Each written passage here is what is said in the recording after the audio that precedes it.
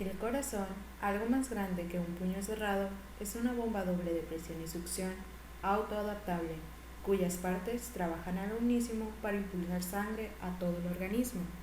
Está formado por dos bombas separadas, un corazón derecho que bombea sangre hacia los pulmones y un corazón izquierdo que bombea sangre hacia los órganos periféricos. A su vez, cada uno de estos corazones es una bomba bicameral pulsátil, formada por una aurícula y un ventrículo. Cada una de las aurículas contribuye a transportar sangre hacia el ventrículo correspondiente. Los ventrículos aportan la principal fuerza de bombeo que impulsa la sangre hacia la circulación pulmonar por el ventrículo derecho o hacia la circulación periférica por el ventrículo izquierdo. Mecanismos especiales del corazón producen una sucesión continua de contracciones cardíacas, denominada ritmicidad cardíaca. Esta transmite potenciales de acción por todo el músculo cardíaco y determina su latido rítmico.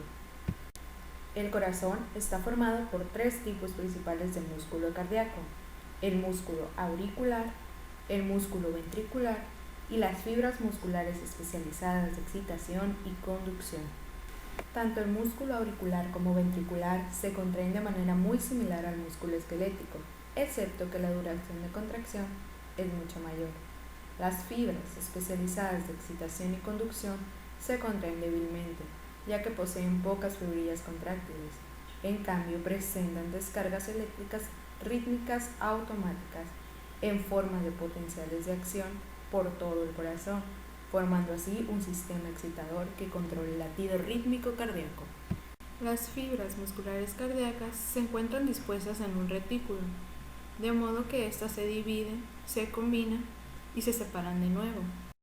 Las zonas oscuras que atraviesan las fibras cardíacas se denominan discos intercalados. Estas membranas separan a las fibras musculares entre sí. Cada disco intercalar forma uniones comunicantes, permeables a la difusión rápida de iones.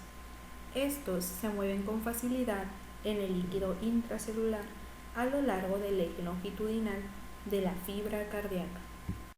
El potencial de acción de una fibra muscular ventricular es aproximadamente de 105 mV y inicia con un valor negativo de menos 85 hasta un valor positivo de más 20. Después del pic inicial, la membrana permanece despolarizada, aproximadamente 0.2 segundos, mostrando una meseta. ¿Por qué se produce el potencial de acción prolongado y la meseta? En el músculo cardíaco, el potencial de acción está producido por la apertura de dos tipos de canales: canales rápidos de sodio y canales lentos de calcio, también denominados canales de calcio-sodio. Durante este tiempo, fluye una gran cantidad de iones, tanto calcio como sodio, a través de estos canales, hacia el interior de la fibra muscular cardíaca. Esto mantiene un periodo prolongado de despolarización, dando lugar a la meseta del potencial de acción. Además, los iones calcio que entran durante esta fase de meseta activan el proceso contráctil del músculo. Una vez iniciado el potencial de acción del músculo cardíaco, la permeabilidad de la membrana al potasio disminuye 5 veces. Esto se debe a la entrada excesiva de calcio. La salida del potasio impide el regreso rápido del voltaje al potencial de membrana en reposo. Después de 0.2 o 0.3 segundos, los canales lentos de calcio-sodio se cierran. El flujo del potasio aumenta. Esto devuelve el potencial de membrana en reposo, finalizando de esta manera el potencial de acción del músculo cardíaco. La velocidad de conducción de la señal del potencial de acción en una fibra muscular auricular y en una fibra muscular ventricular es de 0.3 a 0.5 metros por segundo. Las fibras de Purkinje alcanzan hasta 4 metros por segundo. Esto permite la conducción rápida de la señal excitatoria hacia las diferentes partes del corazón. El músculo cardíaco, al igual que todos los tejidos excitables, es refractario a la reestimulación durante el potencial de acción. Consideramos como periodo refractario al intervalo de tiempo durante el cual un impulso cardíaco normal no puede reexcitar a una zona ya excitada del corazón. El periodo refractario normal de un ventrículo es de 0.25 a 0.30 segundos. Las aurículas poseen un periodo refractario mucho menor. Este es de 15 segundos. El periodo refractario relativo adicional Dura aproximadamente 0,5 segundos. Durante este tiempo es más difícil de lo normal excitar al músculo cardíaco. Acoplamiento, excitación, contracción se refiere al mecanismo mediante el cual el potencial de acción hace que las miofibrillas del músculo se contraigan. Cuando un potencial de acción pasa sobre la membrana del músculo cardíaco, este se propaga hacia el interior de la fibra muscular a lo largo de los túbulos T. La acción de los túbulos T actúa sobre las membranas de los túbulos sarcoplásmicos longitudinales, liberando iones calcio. Estos, milésimas de segundo después, difunden en las miofibrillas y catalizan las reacciones químicas que favorecen el deslizamiento de los filamentos de actina y de miosina, lo que da lugar a la contracción muscular. Además de iones calcio que se liberan hacia el sarcoplasma, también difunde una gran cantidad de estos en los túbulos T, provocando que se abran los canales dependientes de voltaje, también denominados canales de Raynaud-Diana. Los iones calcio en el sarcoplasma interactúan después con la troponina para iniciar la formación y contracción del puente transversal. El ciclo cardíaco se refiere al patrón repetitivo de contracción y relajación del corazón. Este se divide en dos grandes fases: una fase de contracción llamada sístole y una fase de relajación llamada diástole. Así el corazón tiene una acción de bombeo de dos pasos: sístole y diástole. Cuando el corazón está en diástole, la presión de las arterias sistémicas promedia alrededor de 80 milímetros de mercurio. Entonces ocurre una serie de eventos en el ciclo cardíaco. El primero de ellos, la fase de contracción isovolumétrica, que nos dice que a medida que los ventrículos empiezan su contracción, la presión intraventricular aumenta y hace que las válvulas auriculoventriculares se cierren de un golpe. Entonces, esto produce el primer ruido cardíaco. En ese momento, los ventrículos no se están llenando de sangre porque las válvulas auriculoventriculares están cerradas, ni están eyectando sangre porque no tienen la suficiente presión para abrir las válvulas semilunares. Cuando la presión de los ventrículos disminuye con respecto al de las arterias, en este caso aorta y pulmonar, hace que las válvulas semilunares se cierren de un golpe y en este momento se produce el segundo ruido cardíaco. La presión de la aorta disminuye hasta 80 milímetros de mercurio, mientras que la presión del ventrículo izquierdo se reduce a 0 milímetros de mercurio. Esta fase es llamada fase de relajación isovolumétrica. En este momento, las válvulas auriculoventriculares y semilunares se encuentran cerradas. Cuando la presión del ventrículo izquierdo se hace más grande que la presión de la aorta, empieza la fase de eyección.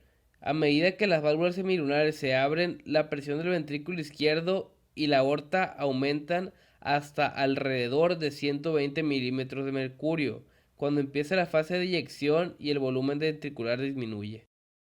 La fase de relajación isovolumétrica termina cuando la presión en los ventrículos se reduce por debajo de la presión de las aurículas. Las válvulas auriculoventriculares se abren y ocurre una fase de llenado rápido de los ventrículos. En esta fase de llenado rápido, el ventrículo va a obtener alrededor de 2 tercios de la sangre que va a llenar su cavidad. El siguiente tercio lo obtiene durante la contracción auricular. En esta se suministra la cantidad final de sangre hacia los ventrículos, inmediatamente antes de la siguiente fase de contracción isovolumétrica de estos últimos. Hemos señalado que el impulso cardíaco normalmente se origina en el nódulo sinusal, pero en algunas ocasiones anormales no ocurre así. La pregunta es, entonces, ¿por qué es en el nódulo sinusal y no en el nódulo auriculoventricular ni en las fibras de Purkinje el que controla la ritmicidad del corazón? El hecho es que la frecuencia de descarga del nódulo sinusal es mayor que la frecuencia de descarga de las fibras del nódulo auriculoventricular y de las fibras de Purkinje. Cada vez que se produce una descarga en el nódulo sinusal, su impulso se produce hacia el nódulo auriculoventricular y las fibras de Purkinje. Pero el nódulo sinusal produce una nueva descarga antes de que las fibras del nódulo auriculoventricular y las fibras de Purkinje puedan alcanzar sus propios umbrales de autoexcitación. Así, el nódulo sinusal controla los latidos del corazón porque su frecuencia de descarga rítmica es más rápida que la de cualquier otra parte del corazón. Marcapasos anormales, marcapasos ectópicos. A veces, algunas partes del corazón muestran una frecuencia de descarga rítmica que es más rápida que la del nodo sinusal, como en el caso del nódulo auriculoventricular o en las fibras del Purkinje. Un marcapasos que está situado en una localización distinta al nodo sinusal se le denomina marcapasos ectópico. Este puede ser causado por el bloqueo de la transmisión del impulso cardíaco desde el nodo sinusal a las demás partes del corazón. Entonces el nuevo marcapasos se produce en el nodo auriculoventricular o en la porción penetrante de las auriculoventricular en su trayecto hacia los ventrículos. Control del ritmo cardíaco y la conducción de impulsos por los nervios cardíacos. Como sabemos, el corazón está inervado por nervios simpáticos y parasimpáticos. Los nervios parasimpáticos o vagos se distribuyen en el nódulo sinusal y en el nodo auriculoventricular y un poco en las aurículas.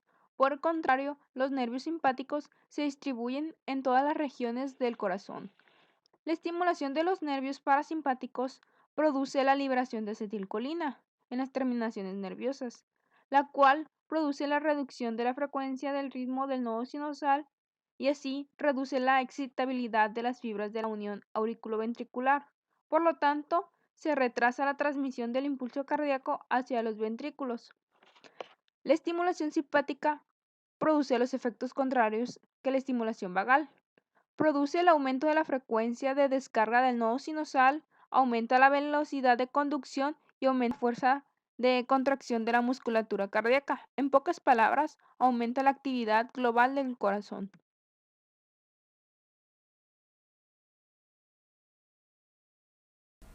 Cuando una persona está en reposo, el corazón bombea de 4 a 6 litros de sangre por minuto.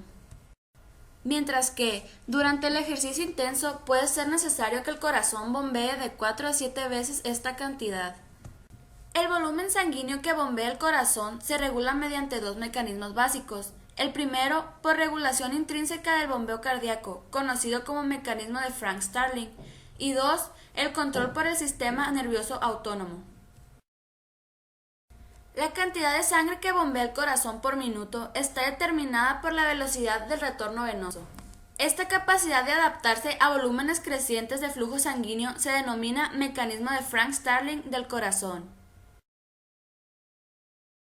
Básicamente, cuanto más se distiende el músculo cardíaco durante el llenado, mayor es la fuerza de contracción y mayor es la cantidad de sangre que bombea hacia la aorta.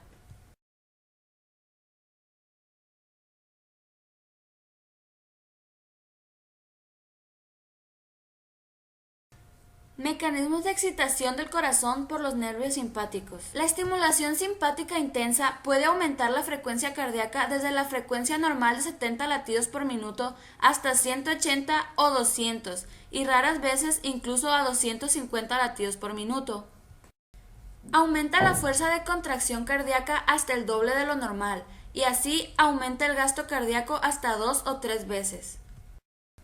Por el contrario, cuando la actividad del sistema nervioso simpático disminuye por debajo de lo normal, produce reducción tanto de la frecuencia cardíaca como de la fuerza de la contracción, reduciendo el bombeo cardíaco hasta un 30% por debajo de lo normal. Estimulación parasimpática del corazón. La estimulación de las fibras nerviosas parasimpáticas de los nervios vagos que llegan al corazón puede interrumpir el latido cardíaco durante algunos segundos, pero el corazón habitualmente escapa y late a una frecuencia de 20 a 40 latidos por minuto mientras continúa la estimulación parasimpática. También puede reducir la fuerza de la contracción del músculo cardíaco en un 20 a 30%. La gran disminución de la frecuencia cardíaca, combinada con una ligera reducción de la fuerza de la contracción cardíaca, puede reducir el bombeo ventricular en un 50% o más. El electrocardiograma es el registro de la actividad eléctrica del corazón. Este se representa en papel milimetrado. Cada 5 cuadros pequeños hay una línea gruesa que define un cuadro grande de 5 milímetros. El eje vertical mide la amplitud de corriente eléctrica, donde 1 milímetro equivale a 0.1 milivoltios, por lo que 10 milímetros representa 1 milivoltio. mientras que el eje horizontal mide el tiempo. 1 milímetro representa a 0.04 segundos, por lo que 5 milímetros o un cuadro grande equivale a 0.2 segundos. El electrocardiograma normal está formado por tres elementos principales: una onda P, un complejo QRS compuesto por una onda Q, una onda R y una onda S, y el tercer elemento es una onda T. La onda P es producida por la despolarización de las aurículas, el complejo QRS por la despolarización de los ventrículos, y la onda T se produce por la repolarización de los ventrículos. El tiempo que transcurre entre el comienzo de la onda P y el inicio del complejo QRS es el intervalo que hay entre el inicio de la excitación de las aurículas y el inicio de la excitación de los ventrículos, denominado intervalo PQ o PR, dependiendo de la presencia o ausencia de la onda Q. Normalmente este intervalo mide de 0.12 a 0.20 segundos. El intervalo QT representa casi toda la contracción ventricular, midiendo aproximadamente 0.35 segundos.